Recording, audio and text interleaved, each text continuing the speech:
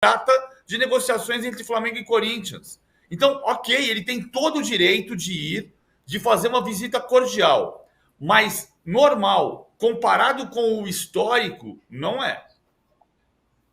E houve, o PVC, essa questão dele não falar. Eu concordo muito com o PVC. Realmente, o Marcos Braz lá não foi normal a presença dele lá.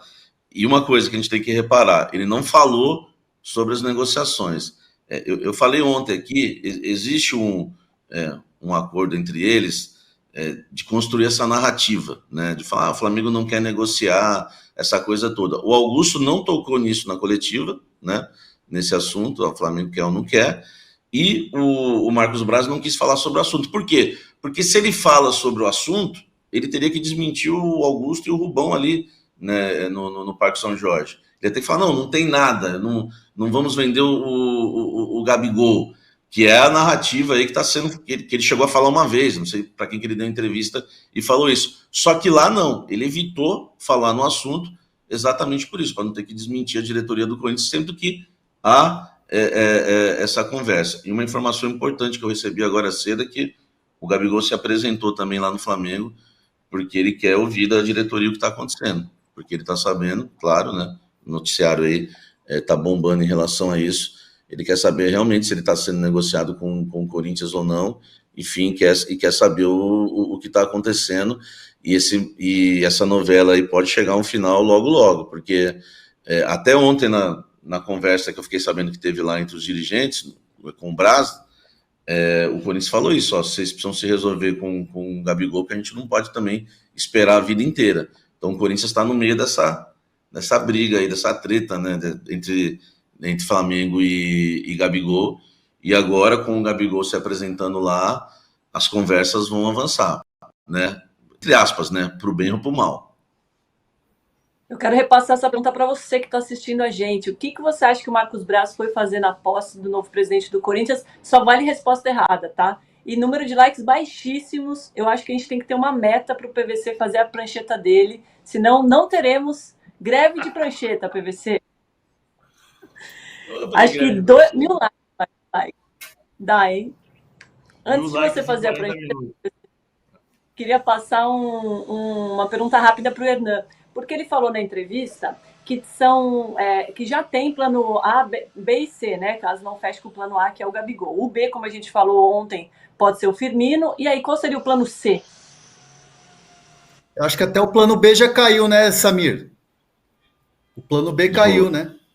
O plano B caiu, que era o Firmino. Até, eu sei que é grana, até o PVC, o Hernan vai comentar. Mas o que eu apurei foi o seguinte: o Corinthians foi lá consultar o Firmino e descobriu que o Firmino ganha 30 milhões de dólares por ano, quase 150 milhões de reais. Isso aí vai dar um pouco mais de 12 milhões por mês. É quase impossível. Se o Firmino ganhasse 7, 6 e reduzisse para 2, 3, seria uma coisa, mas ele ganha 12. Então o Corinthians acabou descartando o jogador. O Augusto preferiu falar que não tem nada... da virada por ano. É verdade. E o prêmio dividido foi 110 milhões para cada um dos ganhadores. Ele ganha 150 milhões por ano. Quer dizer, ele ganha mais do que o ganhador da Mega Sena da virada ganhou. Sensacional. E o Augusto preferiu, né, negar, né, alguma coisa com o Firmino, mas ele negou falando os valores, né? Ele não falou os valores que eu falei.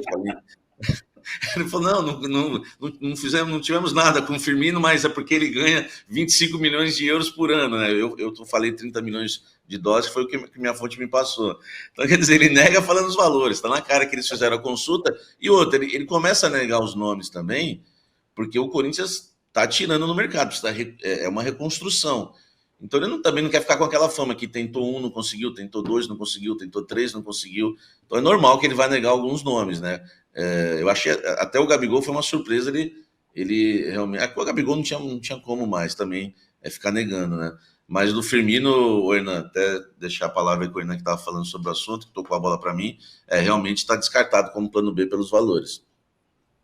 É a velha história da Ferrari, né? Eu fui lá na loja da Ferrari, achei um modelo maravilhoso. Quando eu fui ver o preço, deixei quieto, fui embora. é a mesma situação. O Corinthians ele tá atirando e aí já começa a ter um incômodo na torcida, porque imagina, você vai lá, sonda o Firmino, você fica nesse meio do caminho, nesse meio desse queda de braço aí do Gabigol. Você vai ao mercado sul-americano e começa a mapear e fazer consultas. O Rollheiser é um exemplo aí de que o Corinthians foi atrás e acabou não dando certo pela questão financeira. Então, assim, é um Corinthians que agora está mais cauteloso, ou pelo menos promete ser um pouco mais cauteloso nessa questão dos nomes. O Corinthians precisa ser mais assertivo. É claro que o presidente, quando chega e quando uma gestão nova assume um clube, quer causar esse impacto, quer trazer um nome de impacto. A exemplo do São Paulo, que anunciou aí a renovação de contrato do Lucas Moura como presente de Natal para a torcida. E claro, isso tinha um impacto na reeleição do Júlio Casares.